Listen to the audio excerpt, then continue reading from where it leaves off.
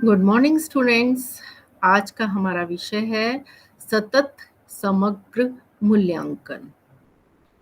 अब हम ये देखेंगे सबसे पहले कि सतत समग्र मूल्यांकन क्या है।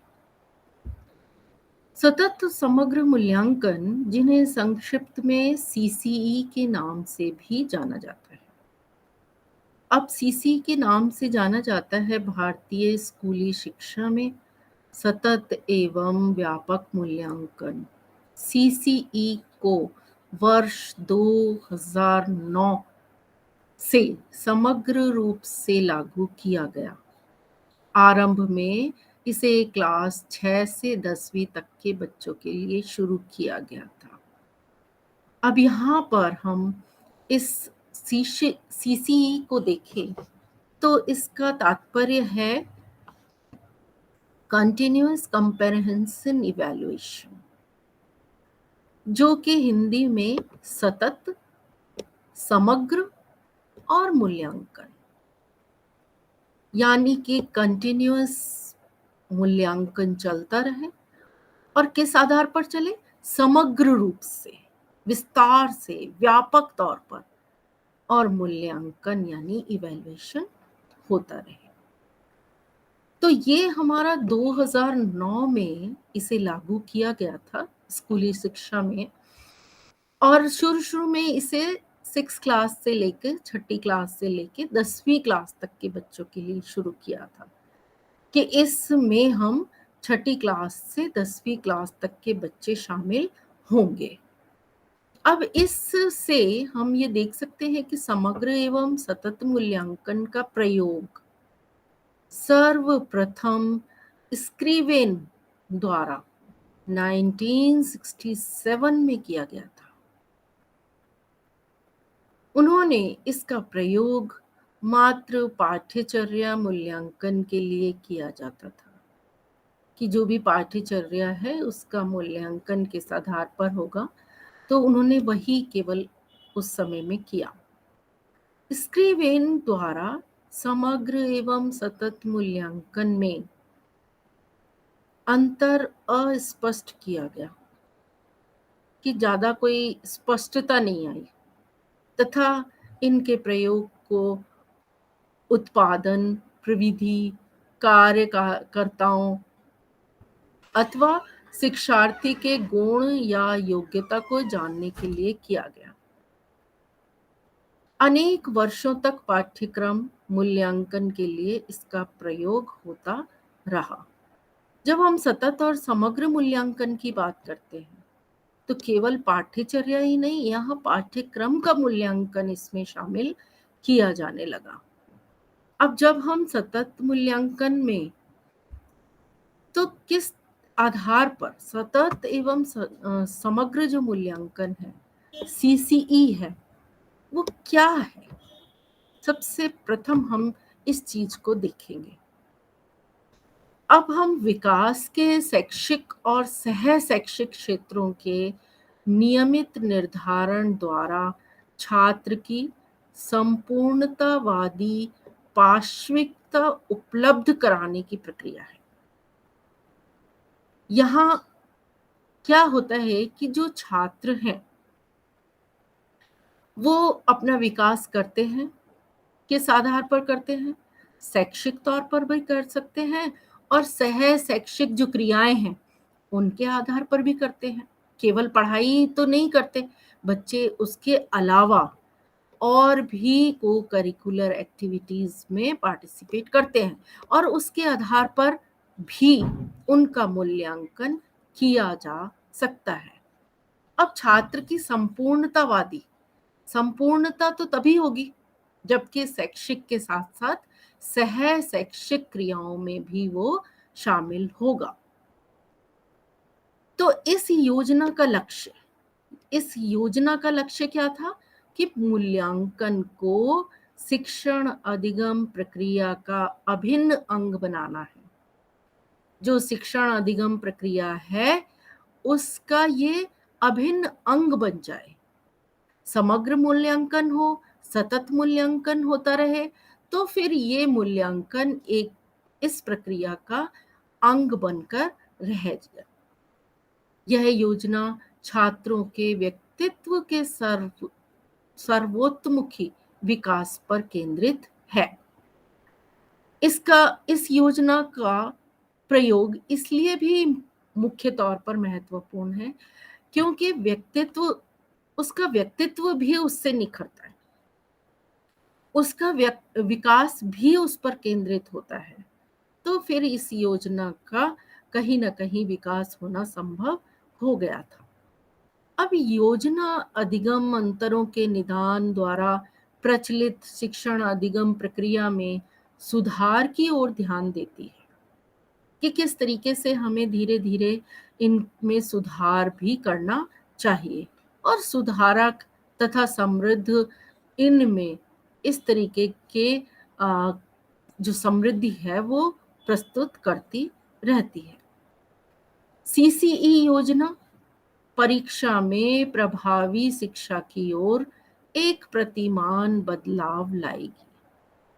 ऐसा सोचा जाता है कि सीसीई की जो योजना है वो कहीं ना कहीं शिक्षा में प्रभाव दिखाएगी और कोई ना कोई बदलाव जरूर लाएगी। पहले हम देखते थे कि केवल विद्यार्थियों का जो पाठ्यचर्या है उसके आधार पर ही उनका निर्धारण किया जाता था, पाठ्यक्रम के आधार पर ही उसका निर्धारण होता था कि जो भी उनके सिलेबस में है, जो भी वो विषय पढ़ रहे हैं, उनका ही मूल्यांकन किया जाता था।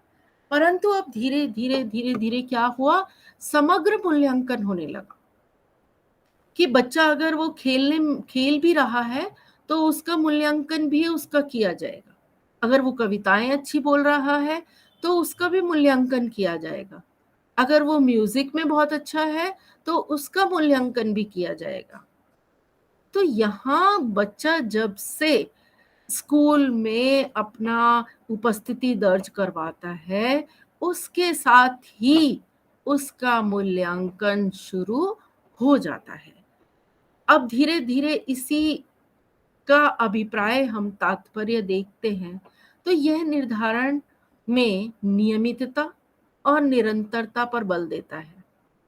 नियमितता इस तरीके से हो गई कि जैसे जैसे हम पढ़ाएंगे बच्चों को उसके अनुसार हम उनके टेस्ट लेकर, परीक्षा लेकर उसका परिणाम इकट्ठा करते जाएंगे।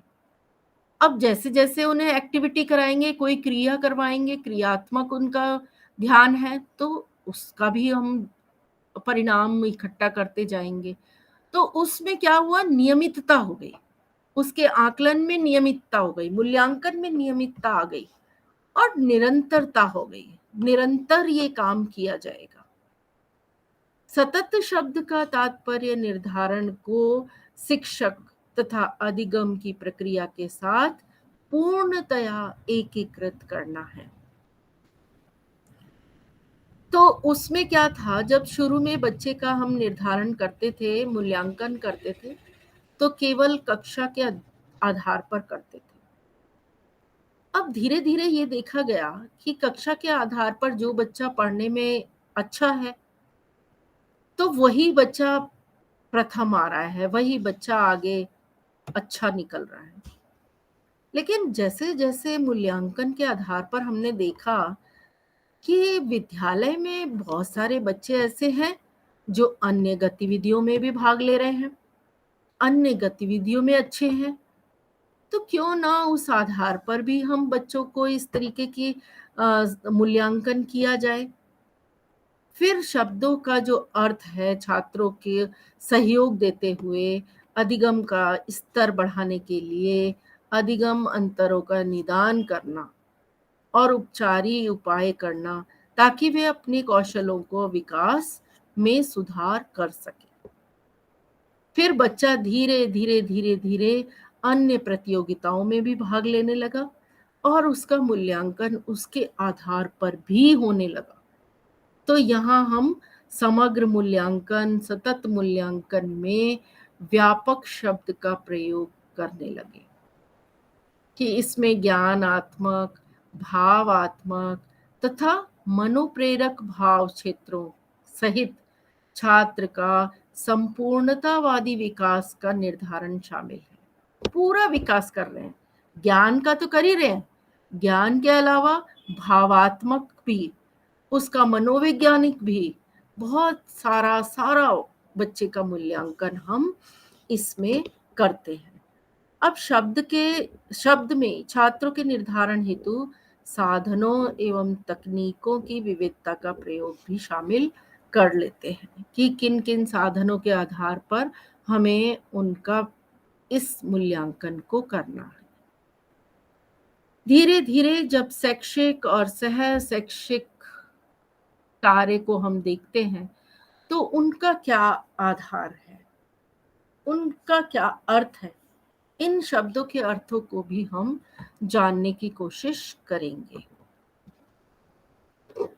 शैक्षिक शब्द, शैक्षिक का संबंध उन पहलुओं से है जो बुद्धि और दिमाग से संबंधित है।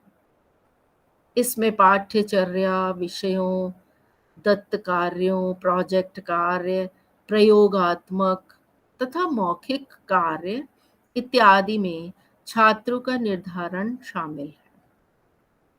सह शैक्षिक शब्द का संबंध उन पहलुओं से है जो हस्त और हृदय से संबंधित है।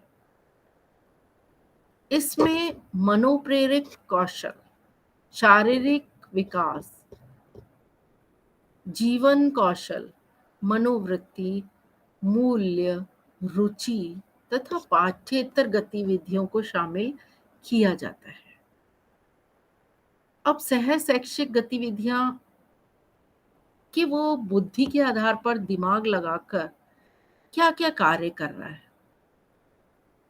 जो कि उससे संबंधित, अगर वो अपने पढ़ाई में सिलेबस पूरा करके बहुत अच्छा उसमें आगे बढ़ रहा है, फिर वो पाठ्यचर्या के विषयों के में जो भी उनको असाइनमेंट दिए जा रहे हैं, प्रोजेक्ट दिए जा रहे हैं, उनका प्रयोग कर रहा है, प्रयोगात्मक कोई लैब में किसी आधार पर वो काम कर रहा है, अगर ओरल कोई मौखिक कार्य दिया है उसमें वो काम कर रहा है, ये सारे शैक्षिक कार्य कर रहा है, यहाँ तक वो पूरे शैक्षिक कार्य कर रहा है। परंतु जब हम सह शैक्षिक शब्द को लेते हैं तो उसमें हम देखते हैं कि वो अपने हृदय से संबंधित, हाथों से संबंधित और मनोवैज्ञानिक तौर पर कार्य कर रहा है, शारीरिक तौर पर कार्य कर रहा है, जीवन को कुशल बनाने के लिए कार्य कर रहा है। मनोवृत्ति, मूल्य, उसके मूल्य क्या है वो भी वहां दिखा रहा है, रुचि को दिखा रहा है, उसकी किस चीज में रुचि है वो भी वहां दिखा रहा है। तो यहाँ पर जो गतिविधियां हैं, सहगामी गतिविधियां, उनको शामिल किया जाता है। तो उसमें बच्चे की रुचि, मनोवृत्ति सारी उसमें हमें दिखाई देने लगती है। अब इसके बाद सीसीई जो है योजना, उसके आधार पर छात्रों को कैसे हम सहयोग करेंगे। तो वर्ष के अंत में, जब वर्ष का अंत होगा तो उसमें केवल एक बार होने वाली परीक्षा में हुए निर्धारण से उत्पन्न चिंता एवं तनाव को कम करेगी। पहले लगता था बच्चे का अगर वो पढ़ाई में नहीं है तो वो फेल ही हो जाएगा, उसे बड़ी तनाव रहता था, चिंता रहती थी। लेकिन अब अलग अलग प्रकार से उसका मूल्यांकन किया जा रहा है। अगर पढ़ाई में नहीं है तो अदर एक्टिविटी में उसके मार्क्स आ जाएंगे, तो इसके आधार पर वो उसको सहयोग करती है। सीसी जो पैटर्न है वो उसे कहीं ना कहीं इस तरीके से सहयोग करता है। तो छात्रों को तनाव की आवश्यकता नहीं है, चिंता की आवश्यकता नहीं है, क्योंकि और चीजें भी उसकी देखी जा रही हैं, उनका मूल्यांकन भी किया जा रहा है। तो अधिगम अंतरालों और उपचारी हस्तक्षेप का यथासंभव निदान करने के कारण अधिगम का उच्चतर जो स्तर है वो कहीं, यह छात्रों की अनेक, उनके व्यक्तित्व के विभिन्न प्रभाव क्षेत्रों के रूप में छात्रों का संपूर्ण विकास करने में सहायता करेगी। यहाँ हम देखते हैं कि विभिन्न प्रकार की चीज़ों में उसको इंटरेस्ट है। अगर उसे म्यूज़िक में इंटरेस्ट है तो वो गाना गाकर अपना उसके व्यक्तित्व की सहायता हो सकती है। अगर उसे किसी सिलाई, कढ़ाई, बुनाई इनमें है, तो वो इन चीज़ों को अपने काम में ले सकता है, अपना व्यक्तित्व सुधार सकता है। तो यह अधिगम की आवश्यकता के स्थान पर अधिगम के प्रति लगाव को केंद्रित करेगी कि हमें अधिगम के साथ-साथ इन चीज़ों में भी आगे बढ़ना है। तो सभी लोग उसमें अपने पार्टिसिपेट अपना जो स्थान है वो कहीं न कहीं बनाने की कोशिश करेंगे। अब सतत एवं जो व्यापक मूल्यांकन है, उसकी पूरी जानकारी हम देखते हैं।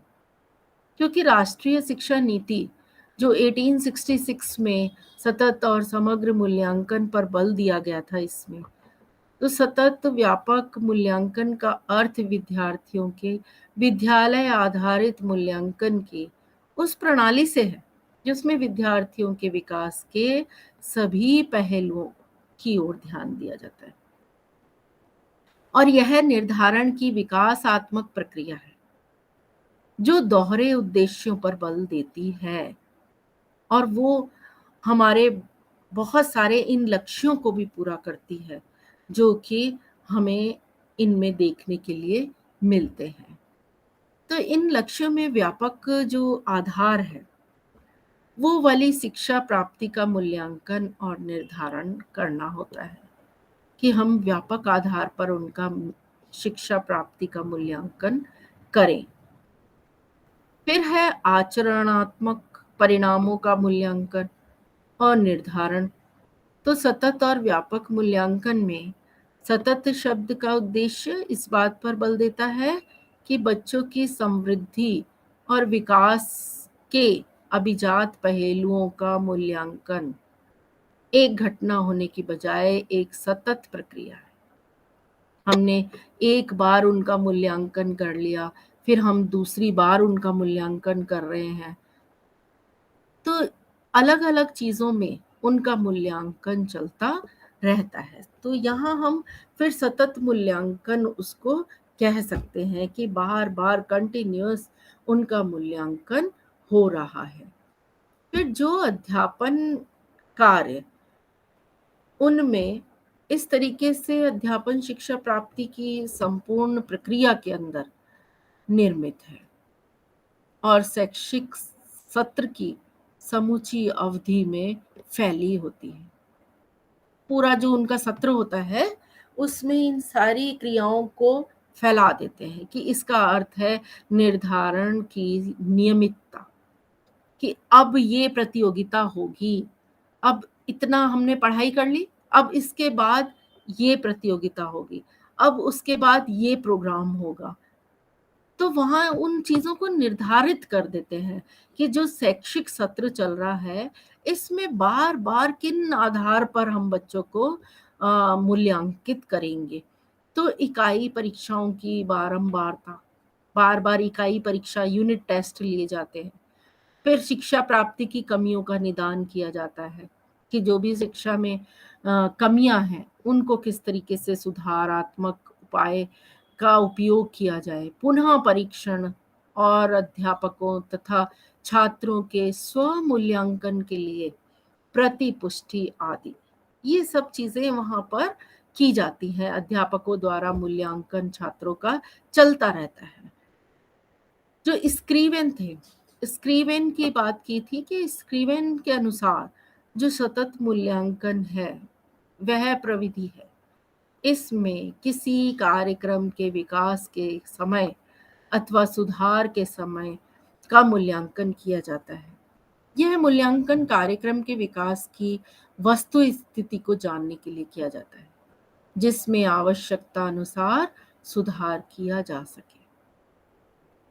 तो इस तरीके के मूल्यांकन को बार-बार करने से हमें ये ज्ञात हो जाता है कि बच्चा किस चीज़ में कमज़ोर चल रहा है, तो हम वहाँ उसका और मूल्यांकन करके फिर उसमें सुधार किया जा सके। तो हम दूसरे शब्दों में ये कह सकते हैं कि व्यापक अर्थ में यह मूल्यांकन विद्यार्थियों की समृद्धि और विकास के शैक्षिक और सह शैक्षिक दोनों क्षेत्रों को समाहित करने का प्रयास करता है। चूंकि योग्यताएं, अभिवृत्तियां और अभिरुचियां अपने आप को लिखित शब्दों से भिन्न अन्य रूपों में प्रकट करती है, इसलिए इस शब्द में विभिन्न प्रकार के साधनों और तकनीकों के उपयोग और शिक्षा प्राप्ति के क्षेत्र में शिक्षार्थियों के विकास को आंकने के लक्ष्यों का उल्लेख किया जाता है। तो दोनों प्रकार से यहाँ मूल्यांकन की बात की जा रही है। किस प्रकार से इसका संपूर्ण मूल्यांकन किया जा सकता है? तो जैसे कि हम किस आधार पर कर सकते हैं? ज्ञान के आधार पर। उनमें ज्ञान किस प्रकार का है? अनुप्रयोग, जो भी ज्ञान उन्हें मिला है उसका प्रयोग किस आधार पर कर रहे हैं? मूल्यांकन, इनका जो मूल्यांकन है वो किस आधार पर हो रहा है? समझना, बोध यानी जानकारी किस प्रकार से उन्हें हो रही है? विश्लेषण करना, जो भी चीजें वो सीख रहे हैं उनको विश्लेषित किया जाए कि क्या क्या उन्होंने सीख लिया है। और सृजन करना, यानी नया कुछ करना, नया सीखना। तो इन सभी के आधार पर उनका मूल्यांकन किया जाता है। इस प्रकार जो सतत और समग्र मूल्यांकन है उसमें परीक्षण के स्थान पर संपूर्णवादी शिक्षा प्राप्ति पर जोर दिए जाने का प्रयास किया गया है कि हम मूल्यांकन तो करेंगे लेकिन संपूर्ण मूल्यांकन होगा, उसका प्रयास किया जाएगा। इसका लक्ष्य अच्छे स्वास्थ्य, उपयुक्त कौशलों और वांछनीय गुणवत्ता वाले और शैक्षिक उत्कृष्टता वाले शैक्षिक अच्छे नागरिकों का निर्माण करना है। वहाँ हम स्वास्थ्य भी देख सकते हैं कि ये बच्चा कितना स्वस्थ है, हमेशा हर काम के लिए आगे रहता है, उसका व्यवहार इतना अच्छा है। तो उसमें कौशल कई बार वो अच्छे अच्छे प्रयोग करके ला रहा है। तो जहाँ उसकी गुणवत्ता देखी जाती है उसके आधार पर उसकी कुशलता का विकास किया जाता है। अब उसमें समग्र एवं सतत मूल्यांकन में क्या विशेषताएं देखी जाती हैं? उसकी विशेषता क्या है? अब हम देखते हैं कि इस प्रक्रिया के द्वारा निश्चित समय अंतराल में विद्यार्थियों के अधिगम स्तर का ज्ञान होता है कि हम ये देख सकते हैं कि इस प्रक्रिया के अंतर्गत जो निश्चित समय है उस समय में कितना उसने ज्ञान प्राप्त किया, उस ज्ञान का हम मूल्यांकन करते हैं। अब इस प्रक्रिया द्वारा अध्यापक विद्यार्थियों की आवश्यकताओं एवं क्षमताओं के आधार पर शिक्षण की उपचारात्मक विधियों का प्रयोग करता है। तो फिर वहां पर इन विधियों का भी प्रयोग किया जाता है जिस आधार पर उन्हें कुछ कमी महसूस होती है, कुछ कमजोरियां दिखाई देती हैं, उनके आधार पर हम उपचारात्मक विधि का भी प्रयोग करते हैं। और इस प्रकार से विभिन्न शिक्षण सहायक सामग्रियों एवं तकनीकों के प्रयोग के द्वारा अधिगम को प्रोत्साहित किया जाता है। तो फिर हम ये कह सकते हैं कि सतत और समग्र जो मूल्यांकन है उसमें कहीं ना कहीं हमें सुविधा प्राप्त हो रही है बालकों के मूल्यांकन को देखते हुए। अब यह प्रक्रिया शोधार्थियों को अधिगम की प्रक्रिया में सक्रिय भागीदारी के लिए प्रोत्साहित करती है कि किस तरीके से जो शिक्षार्थी हैं, यह जो प्रक्रिया है वो शिक्षार्थियों को अधिगम की प्रक्रिया में सक्रिय भागीदारी के लिए प्रोत्साहित करती है कि बच्चे ये सोचते हैं कि हमें पढ़ाई के साथ साथ और भी एक्टिविटी करने के लिए मिल रही है तो पढ़ाई में हम अच्छी तरह ध्यान देना शुरू कर दें। तो फिर वो जो उनकी अधिगम की प्रक्रिया है, उस पर भी ध्यान देना शुरू कर देते हैं। फिर इस प्रक्रिया के द्वारा उन विद्यार्थियों की योग्यता का ज्ञान होता है। हम उनकी योग्यता भी इस तरीके से देख लेते हैं कि जो विद्यार्थी की योग्यता का ज्ञान है, वो कितना है। जो शैक्षणिक गतिविधियों के बजाय सह पाठ्यगामी क्षेत्रों में बेहतर प्रदर्शन करते हैं तथा उनका उत्साहवर्धन भी होता है। तो हम ये कहीं न कहीं कह सकते हैं कि जो सहगामी क्षेत्र हैं, क्रियाएँ हैं, उनके माध्यम से उनका उत्साहवर्धन भी कर सकते हैं। तो इस प्रक्रिया के द्वारा पाठ्यक्रम या कार्यक्रम अथवा छात्र के अध्ययन की जो प्रगति है, उसके समय उसकी प्रतिपुष्टि उपलब्ध होती है, जिससे समय रहते उसमें सुधार हो सकता है।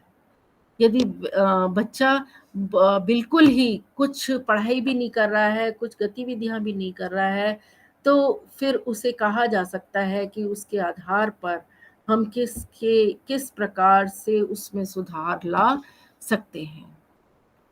तो सतत और समग्र मूल्यांकन के जो उद्देश्य हैं, वो चिंतन की प्रक्रिया पर जोर देना, कंठस्थ करने पर बल न देना, कि भाई चिंतन की प्रक्रिया को बढ़ाए, ना कि रटने की जो प्रवृत्ति है उस पर बल दे। रटे नहीं बल्कि समझे चीज को। तो यहाँ संज्ञानात्मक, मनोगत्यात्मक, प्रभावकारी कौशलों का विकास करने में सहायता देना, इन सभी में विकास होता है। संज्ञानात्मक यानी ज्ञान की प्राप्ति में, और मनोवैज्ञानिक यानी कि वो अपने मन की जो चीजें हैं, अपनी रुचि की जो चीजें हैं, उनमें भी प्रभावकारी कौशलों द्वारा कार्य करे, तो फिर उसका विकास संभव हो जाता है। अब समग्र एवं सतत मूल्यांकन में क्या अंतर है? कंटिन्यूअस इन एवं और कंप्रेहेंसिव इवैल्यूएशन, उसमें डिफरेंस क्या है? मूल्यांकन को अध्यापन शिक्षा प्राप्ति की प्रक्रिया का अभिन्न अंग बनाना, इसे एक मूल्यांकन की प्रक्रिया का अभिन्न अंग बना सकते हैं। मूल्यांकन का उपयोग निर्मित निमित नियमित निदान और उसके उपचारात्मक अनुदेशों के अनुदेश के आधार पर विद्यार्थी की उपलब्धि और अध्यापन शिक्षा प्राप्ति की कार्य नीतियों में सुधार करने के लिए करना। तो इसमें उपचार के अनुदेश उनके आधार पर बालकों की उपलब्धि का मूल्यांकन भी किया जाता है, कि पहले वो इस तरीके के विद्यार्थी नहीं थे, धीरे धीरे उनमें इस तरीके के सुधार हुए, तो धीरे धीरे उनका और अच्छा अधिगम होने लगा, उनके और अच्छे मार्क्स आने लग गए। तो कार्य निष्पादन का जो वांछित स्तर है, वो बनाए रखने के लिए मूल्यांकन का जो उपयोग है, वो एक गुणवत्ता नियंत्रण साधन के रूप में किया जा सकता है। अब किसी कार्यक्रम की सामाजिक उपयोगिता, कई बार ऐसा होता है कि हम कोई ऐसा विषय पढ़ रहे होते हैं जिसकी समाज को उपयोगिता है, समाज के लिए वो उपयोगी है।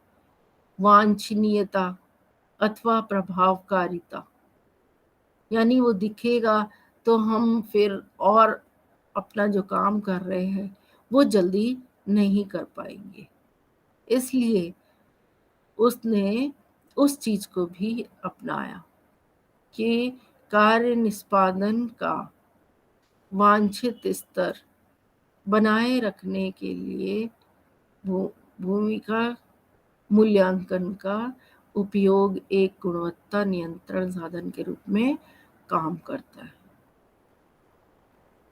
अब हम किसी कार्यक्रम की सामाजिक उपयोगिता देखते हैं या वांछनीय प्रभावकारिता निर्धारित करते हैं, तो फिर हमें वातावरण के बारे में उपयुक्त निर्णय भी लेना होता है कि शिक्षा की प्राप्ति के लिए हमें किस प्रकार का वातावरण तैयार करना होगा।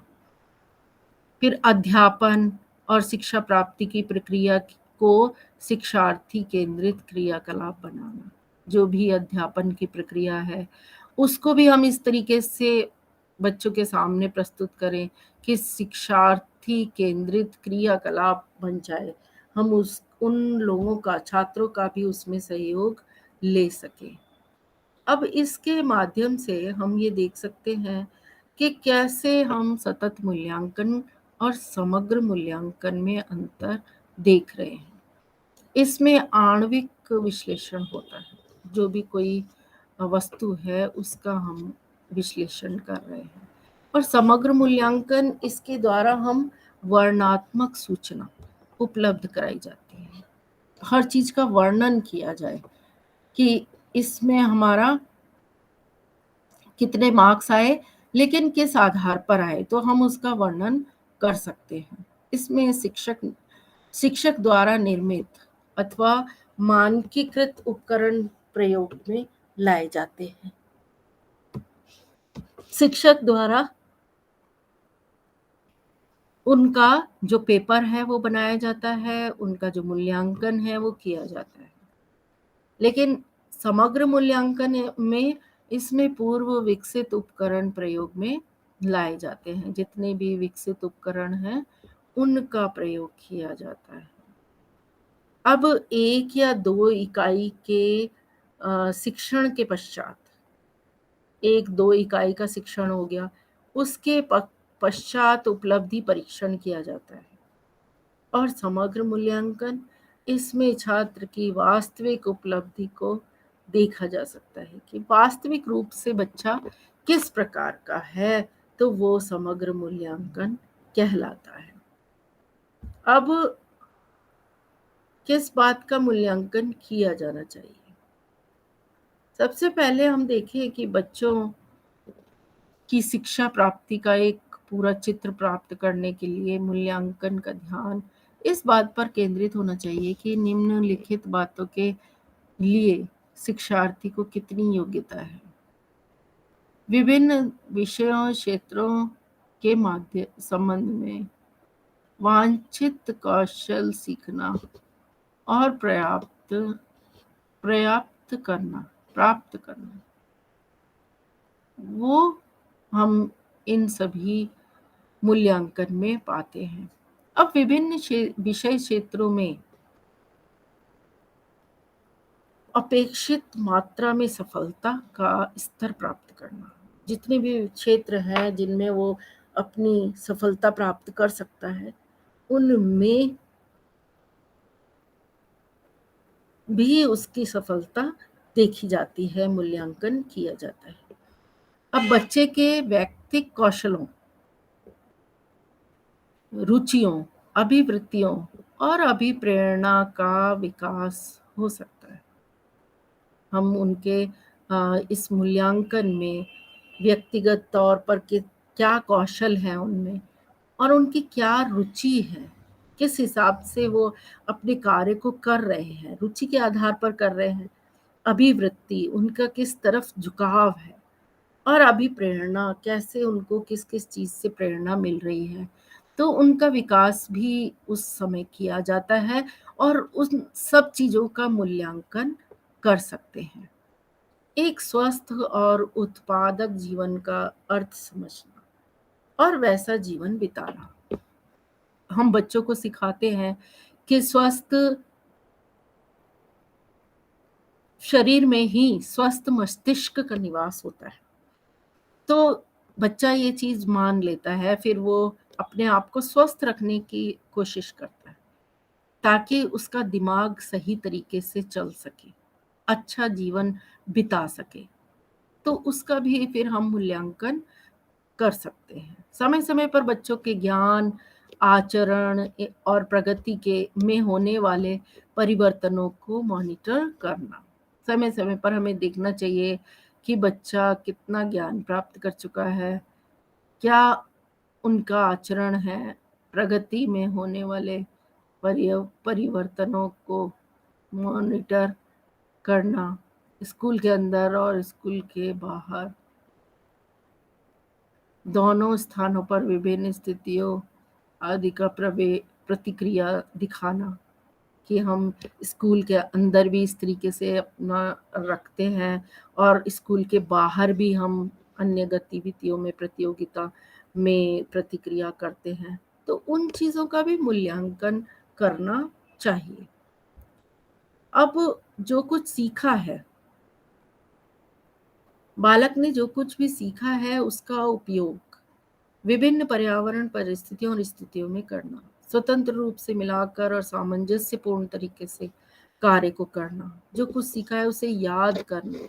भविष्य के विद्यालयों के लिए यह जरूरी होगा कि वे अपने शिक्षार्थियों में जोखिम लेने, अनुकूलित बनने, लचीला बनने की योग्यता और निरंतर होने वाले परिवर्तनों का सामना करने और जीवन भर शिक्षार्थी बने रहने की योग्यता का विकास करें।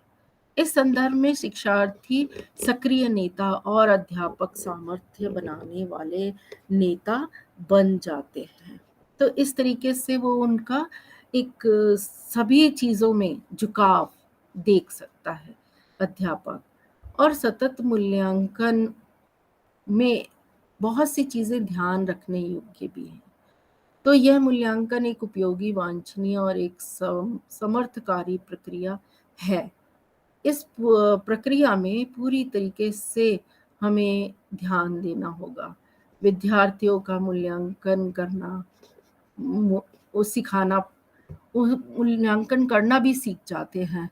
तो इन बातों का भी वहाँ ध्यान रखना है कि किस तरीके से हमें विद्यार्थियों का मूल्यांकन करना है और शिक्षार्थी के ज्ञान और पाठ्यक्रम के विषयों, अन्य विषयों के बारे में, उनकी प्रगति के बारे में सूचना एकत्र करने के लिए विविध प्रकार के तरीकों का उपयोग करना। हम बहुत सारे इस तरीके के प्रयोग करते हैं। यदि कोई पाठ्य सहगामी क्रिया करवा रहे हैं, हम कोई अंताक्षरी प्रतियोगिता या कोई गाने की प्रतियोगिता या कोई और प्रतियोगिता करवा रहे हैं, तो उसका एक रिकॉर्ड तैयार कर लेना कि हाँ, इसमें कौन सा बच्चा अच्छा था, उसने क्या क्या कार्य किया था, भाग लिया था इसमें या नहीं लिया था। तो उन चीज़ों का भी रिकॉर्ड तैयार होता जाता है और हम उसे फिर मूल्यांकन में शामिल कर सकते हैं। सूचना नियंत्रित एकत्रित करते रहना और उन्हें अभिलेखबद्ध करना। जब हमें सूचना मिल जाती है तो तुरंत हम उसे नोट भी कर लें कि हाँ, ये बात इस बच्चे में अच्छी है। प्रत्येक विद्यार्थी के प्रत्युत्तर देने और सीखने के तरीके और उनमें लगने वाले समय का भी महत्व होना चाहिए कि किस तरीके से हम उसके समय का महत्व हो सके। अब यहाँ निरंतर आधार पर रिपोर्ट होनी चाहिए। प्रत्येक विद्यार्थी की अनुक्रिया के बारे में संवेदनशील होना चाहिए। उसका फीडबैक उपलब्ध करना कि ये बच्चा कैसा है, जिससे सकारात्मक कार्यवाही की जा सकेगी और विद्यार्थी को बेहतर ढंग से कार्य करने में सहायता मिलेगी, वो और अच्छा कार्य कर सकता है। तो मूल्यांकन की जो प्रक्रिया है, उन कार्यों में ध्यान रखना बहुत ही ज़रूरी है। किस चीज़ का ध्यान रखना होगा हमें जब हम मूल्यांकन करेंगे? शिक्षार्थियों को मंद, कमज़ोर, बुद्धिमान आदि के रूप में वर्गीकृत करना कि बच्चा कहीं इस तरीके का तो नहीं है कि वो मंद बुद्धि है, उसे समझ में देर में आता है। तो इस तरीके का मूल्यांकन हम कर सकते हैं कि हम कहीं न कहीं उसे इस चीज़ के लिए, कार्य के लिए हम उसे मूल्यांकित करें। इस चीज़ को देखते हुए उनके बीच तुलना करना कि बच्चों के बीच में तुलना करने का हमें ध्यान रखना है कि इस तरीके से हम तुलना ना करें एक दूसरे बच्चे की। जो बच्चा जैसा है उसे वैसे ही मूल्यांकित करें। तो तुलना नहीं करनी चाहिए और नकारात्मक बयान। हमें नेगेटिव बच्चों को नकारात्मक तरीके से नहीं बोलना चाहिए कि तू कुछ भी ज़िंदगी में कर ही नहीं सकता। इस तरीके के जो बयान हैं वो नहीं देने चाहिए। तो अब हम ये देखते हैं कि हमारा जो सतत मूल्यांकन है उसके कार्य में बहुत सारे हम महत्व हमें दिखाई देते हैं, महत्वपूर्ण हम कार्य देखते हैं कि किस तरीके से बहुत बार ऐसा भी होता है कि व्यक्तिक कारणों से, पारिवारिक समस्याओं के द्वारा, समायोजन की समस्याओं के कारण बच्चे अपने अध्ययन की उपेक्षा करना शुरू कर देते हैं। उसके पारिवारिक कारण ऐसे होते हैं कि वो अध्ययन नहीं कर पाते हैं, जिसके परिणाम स्वरूप उनकी उपलब्धि में अचानक गिरावट आ जाती है। यदि अध्यापक बच्चे और माता-पिता की उपलब्धि में अचानक आई गिरावट का पता न चले, तो बच्चे द्वारा अपने अध्ययन की उपेक्षा लंबे समय तक चलती रह जाती है। तो हमें ये देखना होगा अध्यापक होने के नाते कि बच्चे का इस तरीके से क्यों गिरावट आ रही है, वो क्यों इस तरीके का व्यवहार कर रहा है। तो इसके परिणाम स्वरूप उपलब्धि फिर वहाँ घटिया हो जाती है कि हमने बच्चे की हर परिस्थिति पर ध्यान ही नहीं दिया, तो बच्चे की शिक्षा प्राप्ति में स्थायी रूप से त्रुटि रह जाती है। तो सतत मूल्यांकन में इन समस्याओं का शीघ्र पता चल जाता है। तो हमारा सतत और व्यापक जो मूल्यांकन है, वो इसी तरीके का मूल्यांकन है कि इसमें संपूर्ण बच्चे का विकास हमें नज़र आ जाता है। तो यहाँ पर ये विषय अब यहीं समाप्त करते हैं और विषय की समाप्ति पर बहुत सारे लिंक हैं। इन लिंक के आधार पर आप इस विषय में और अधिक जानकारी प्राप्त कर सकते हैं और इस विषय के अंत में हम कुछ बहुविकल्पीय प्रश्न लेकर वस्तुनिष्ठ प्रश्न हैं उनको आपके सामने ला रहे हैं। पहला प्रश्न है कि निम्न में से कौन मुक्त अंत वाला प्रश्न है? व्याख्या कीजिए कि भोजन की आवश्यकता सभी पादकों एवं जीवों को होती है। सभी जीवों को जीवित रहने के लिए भोजन क्यों आवश्यक है? मान लीजिए कि पादप अपना पोषण स्वयं करते हैं, तो क्या यह स्वयं पोषी कहलाते हैं? उपरोक्त कथनों में से कोई नहीं। इसका सही उत्तर हमें नज़र आ रहा है कि सभी जीवों को जीवित रहने के लिए भोजन की आवश्यकता होती है। दूसरा प्रश्न है सतत एवं व्यापक मूल्यांकन का अर्थ क्या है? अध्यापकों का विद्यालय आधारित मूल्यांकन या विद्यालय आधारित मूल्यांकन जिसमें बाल विकास की सभी पहलू शामिल हैं। शिक्षार्थियों का विद्यालय आधारित मूल्यांकन हो सकता है और विद्यालय आधारित मूल्यांकन जिसमें अध्यापक और बालक के विकास की सभी पहलू शामिल हैं। तो इस आधार पर बालक का मूल्यांकन कैसे किया जा सकता है, उसका अर्थ क्या है? यहाँ सही उत्तर इसका है कि विद्यालय आधारित मूल्यांकन जिसमें बाल विकास के सभी पहलू शामिल हैं, ये इसका सही उत्तर होगा। अब अगला प्रश्न है, आप किस विद्यालय में विज्ञान शिक्षक के पद पर कार्यरत हैं? किसी विद्यालय में आप विज्ञान शिक्षक के पद पर कार्यरत हैं, आप कक्षा 8 के छात्रों के आकलन के लिए किसका सहारा लेना चाहेंगे? बोर्ड परीक्षा का, निबंधात्मक परीक्षा का, वस्तुनिष्ठ परीक्षा का या फिर ग्रेडिंग व्यवस्था का? तो यहाँ इसका सही उत्तर है ग्रेडिंग व्यवस्था। शिक्षण में गुणात्मक व्यवहार परिवर्तनों में मूल्यांकन हेतु उपयुक्त तकनीकी नहीं है। रेटिंग स्केल की, ग्रेडिंग व्यवस्था की, निबंधात्मक परीक्षा की या रूप आत्मा परीक्षा की? यहाँ सबसे सही उत्तर है इसका निबंधात्मक परीक्षा की। अगला प्रश्न है सैद्धांतिक लिखित जो परीक्षा है जिसमें 12वीं की बोर्ड परीक्षा भी शामिल है। मैं कुछ प्रश्न इस पर आधारित होने चाहिए। किस प्रकार के प्रश्न भी होने चाहिए? प्रयोग, तकनीकी मॉड्यूल, निबंधात्मक प्रश्न, दीर्घ उत्तरीय प्रश्न, इनमें से कोई नहीं। इसका सही उत्तर है प्रयोग तकनीकी मॉड्यूल के प्रश्न भी होने चाहिए। अगला प्रश्न है, एक विज्ञान शिक्षक के दृष्टिकोण में से किस स्तर पर औपचारिक मूल्यांकन नहीं होना चाहिए? प्राथमिक स्तर पर, उच्च प्राथमिक स्तर पर, माध्यमिक स्तर पर या फिर उच्च माध्यमिक स्तर पर? यहाँ इसका सही उत्तर होगा प्राथमिक स्तर पर। प्राथमिक स्तर पर शिक्षक के दृष्टिकोण का जो मूल्यांकन है वो नहीं, इस तरीके का नहीं होना चाहिए। अगला है प्रश्न, निम्न में से असत्य कथन का चयन कीजिए जो कि सही नहीं है। अब इसमें मूल्यांकन शिक्षक व शिक्षार्थी दोनों के लिए पुनर्बलन का कार्य करता है। निबंधात्मक प्रश्न में विद्यार्थी के तथ्यों को अपनी इच्छा से संगठित व प्रकाशित करने की स्वतंत्रता होती है। प्रयोगात्मक परीक्षा से विद्यार्थी की क्रियाशीलता तथा अभिव्यक्ति की तुरंत जांच की जा सकती है। सबसे ज्यादा विविधता वस्तुनिष्ठ प्रश्नों की होती है।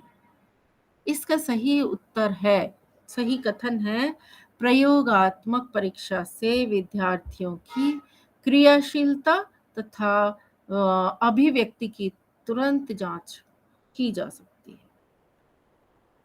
अगला प्रश्न है, सतत एवं व्यापक मूल्यांकन के अंतर्गत वाक्यांश व्यापक मूल्यांकन इंगित करता है। समस्त पाठ्यक्रम का मूल्यांकन, सभी विषयों का मूल्यांकन, संज्ञानात्मक क्षेत्र, भावात्मक क्षेत्र और मनोगत्यात्मक क्षेत्र का मूल्यांकन, संज्ञानात्मक क्षेत्र का मूल्यांकन। तो सही इसका उत्तर है संज्ञानात्मक क्षेत्र, भावात्मक क्षेत्र एवं मनोगत्यात्मक क्षेत्र का मूल्यांकन। अब यहाँ हम अगला प्रश्न देखेंगे कि मूल्यांकन में किन किन बातों का ध्यान रखना चाहिए। हमें मूल्यांकन में किन किन बातों का ध्यान रखना चाहिए? बच्चे के व्यक्ति कौशलों, सूचियों, अभिवृद्धि और अभिप्रेरणा का विकास, बच्चे के ज्ञान, आचरण व प्रगति में होने वाले परिवर्तन, अधिगम का दैनिक जीवन में उपयोग व व्यवहार में परिवर्तन या फिर उपयुक्त सभी। इसका सही उत्तर है उपरोक्त सभी बातों का ध्यान रखा जाना चाहिए। अगला प्रश्न है जो कि अंतिम प्रश्न है, माध्यमिक स्तर पर मूल्यांकन के संदर्भ में निम्न में से कौन सा कथन असत्य है? इस स्तर पर छात्र की मात्रात्मक और गुणात्मक क्षमता की जांच की जाती है। सहपाठी चर्चात्मक कार्यकल्पों में भागीदारी व प्रदर्शन का भी आकलन होना चाहिए। छात्र की प्रयोगशाला में कार्यकुशलता का विस्तृत मूल्यांकन होना चाहिए।